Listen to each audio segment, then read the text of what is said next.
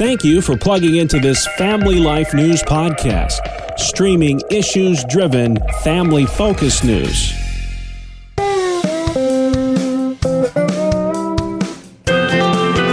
This is Family Life Hometowns, a chance to get to know the stories behind the cities, towns, villages, and burgs that make up the Family Life listening area. We take a look at their history and learn what makes them special. Today, we spotlight Erie, Pennsylvania.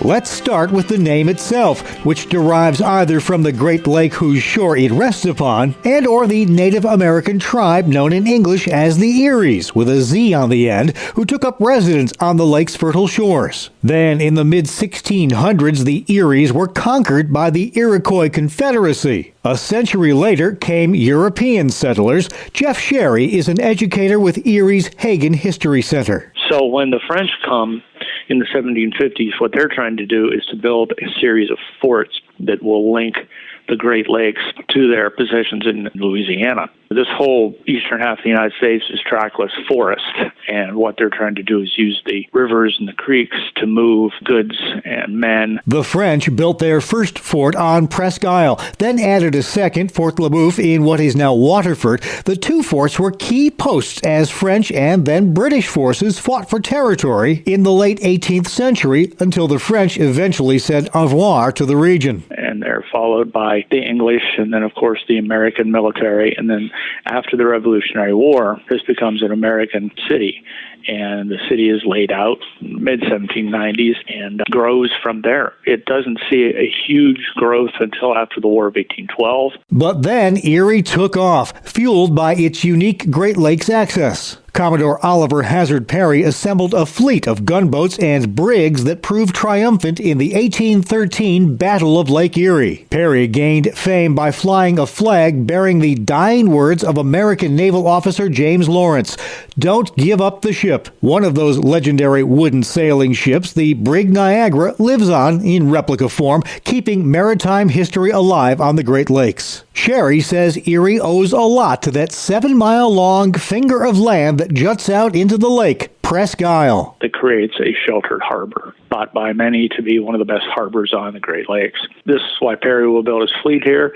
It's sheltered, and of course, this is pre-aircraft, pre-satellite days, so it's sheltered from the prying eyes of the British. Even if they sail right off the coast, they can't see into the bay. And the only reason that there's a city here, because unlike Buffalo, Cleveland, Detroit, there is no river here. After the war, Erie begins to grow rapidly, establishing itself as the Keystone State's key freshwater port. Absolutely, and the raw materials can come to Erie by boat, and later will go out by train, by truck. In the 1840s, 50s, 60s, the Erie Extension Canal, which links Lake Erie, thus the Great Lakes, to the Ohio River system without having to go down French Creek and the Allegheny River. It's definitely a central location for goods coming in and out. Then later the railroads, then our interstate highway system, I-90 and I-79 intersect just south of the city, and it is a fantastic location for that as well. Erie truly took off economically after World War I, and even the Great Depression didn't slow things down that much, owing to the area's effective mix of industry and agriculture. And the thriving area drew plenty of immigrants from all over. A diversity of people from all over the world beginning to move here. It isn't just the standard migration, the Germans, the Irish, the English, the Russians. It's people from Southern Europe. We have the Great Migration, which will bring large numbers of African Americans to the city. Those immigrants created a formidable industrial workforce. But as the 20th century rolled on, Erie, like many Great Lakes cities, eventually saw those industries decline into what became known as the Rust Belt. However, as the 21st century neared, Erie began to reinvent itself yet again, this time with a mix of advanced technology and light manufacturing, and of course tourism now plays a big role as well, thanks again to that little finger of land in the lake, Presque Isle. Our bayfront is now a haven for fishermen, jet skiers, water skiers, yachts, boats of all sizes. I have to tell visitors here, you think of the bay and the lake now as for sportsmen, but it was once a very industrial place. You've been listening to Family Life Hometowns, a look at the cities, towns, villages, and burgs that make up the Family Life listening area. Please join us again soon for another edition of Family Life Hometowns.